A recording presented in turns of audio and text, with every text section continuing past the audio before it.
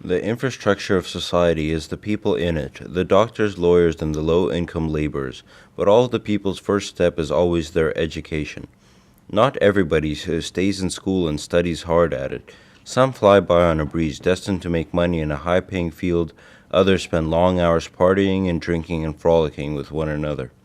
Some don't even finish school.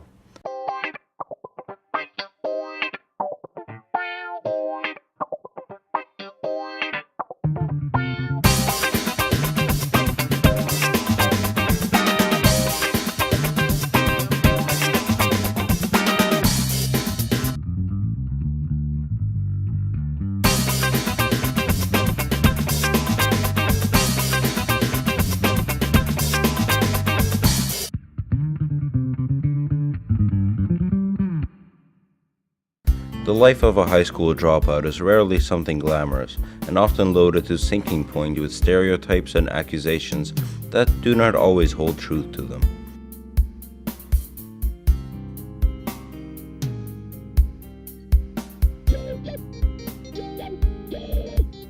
We interviewed 3 educators and 3 members of the dropout spectrum to get their views on the matter.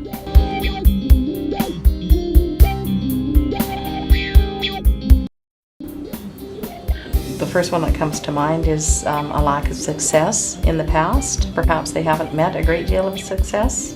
Early warning signs, some of the warning signs that are most obvious to someone like me is that suddenly a student is no longer motivated to be in class, is no longer connected to her or his peer group. Missing school, poor attendance, coming late to school, not having the homework done, not succeeding in school, not being successful.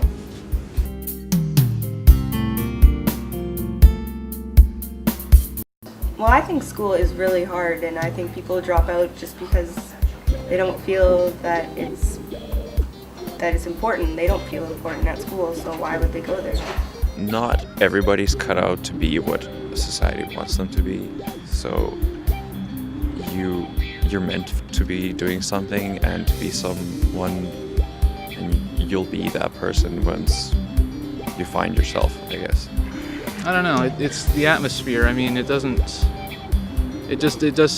want to be there because I just don't like it. I mean, They feel disenfranchised, they feel like they don't belong and that they're not cared for and valued by other important people, important people to them and their life.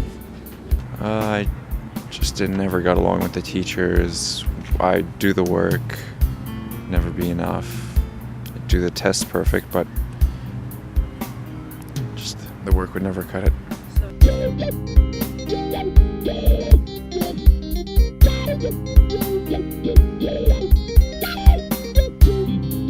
One of the key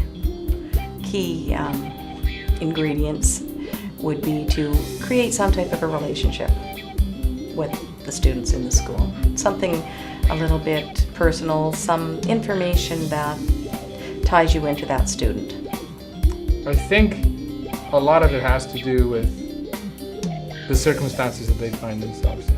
I think a lot of it, I know that people are successful when they have support. for the most part, my relationship with the teachers, it's kind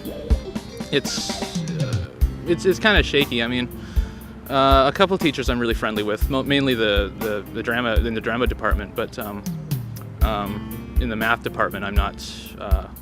I've been kind of blacklisted there, actually.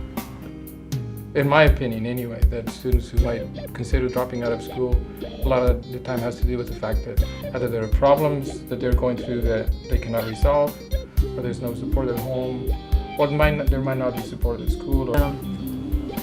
In my relationships, I think well of the students that I work with, and I continue to think well of them, and I hope that we have a strong enough relationship that we do keep in contact.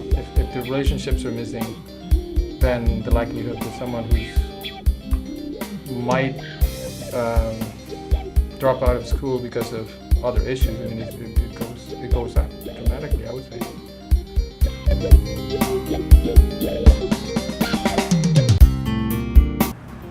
Be more helpful with schoolwork and be more understanding with your life and what you're going through. And the schools themselves, I suppose they should just encourage the teachers to encourage the students some more. I mean, some of the teachers, they just don't really care anymore. What I'd like to see is that I'd like to have them look more at the students themselves and exactly what makes them tick. I mean, this is sort of a common opinion, but I'd like to see them focus more on the students themselves and what sort of minds, what sort of learning styles they have. It's all sort of cut and dry right now. Well, I think schools can avoid dropouts by actually taking interest in individuals and not just telling everybody, you need to do this and you need to do that, but just making people feel important and that, what all the work that they're doing, which is hard work, is actually valued.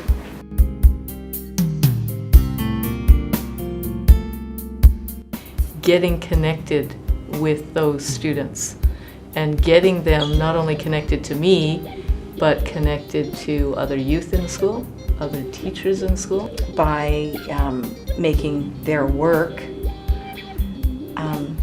perhaps easier to do for them, to help them meet success in the ways that they need to meet success in this environment. And we can do that in many different ways by adapting the time, the questions, the amount, different assignments, many different ways.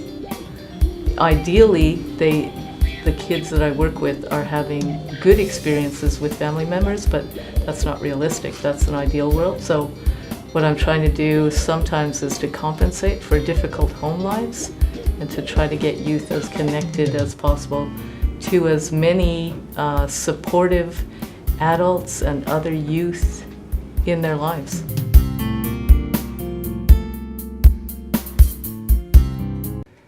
Well, I mean, I hope that there is someone around them, I mean, who's caring and who recognizes that there is some need for this individual. And it doesn't have to be someone in the educational field. I mean, In my mind, I think that it's important to finish just to say that you have finished, because most of the stuff I've learned in school, I think is bull, and I don't really use it at all in my everyday life. I think going back to school wouldn't hurt, but I enjoy my life right now and I just see no need to. Maybe in the future if the need would come up, but right now I don't really see it. maybe make some changes in their lives, that kind of thing. But I think they need someone around them who's going to be interested in their welfare and who are willing to give the students or the young people the benefit of the doubt, and give them a second or a third chance. That's I think how people can get back in. Did you know that women are more likely to drop out than men? Most of the time when a woman drops out, it's because of personal reasons like pregnancy, health problems, and troubles with family. Women also tend to return to school more often than men. About 35% of women who leave school end up returning to it for similar personal reasons to why they dropped out. Many people consider their dropping out as a temporary setback to their future education. Men, mostly those in their last year of high school, often aim to come back within a year or so, primarily to go to post-secondary school. For a woman, the more time she spent away from school, the less likely she was to return. The dropout problem, though more often discussed and poked at these days, is becoming less likely. Since the year 2005, the North American dropout rate is at 11%, 8% less than 15 years ago.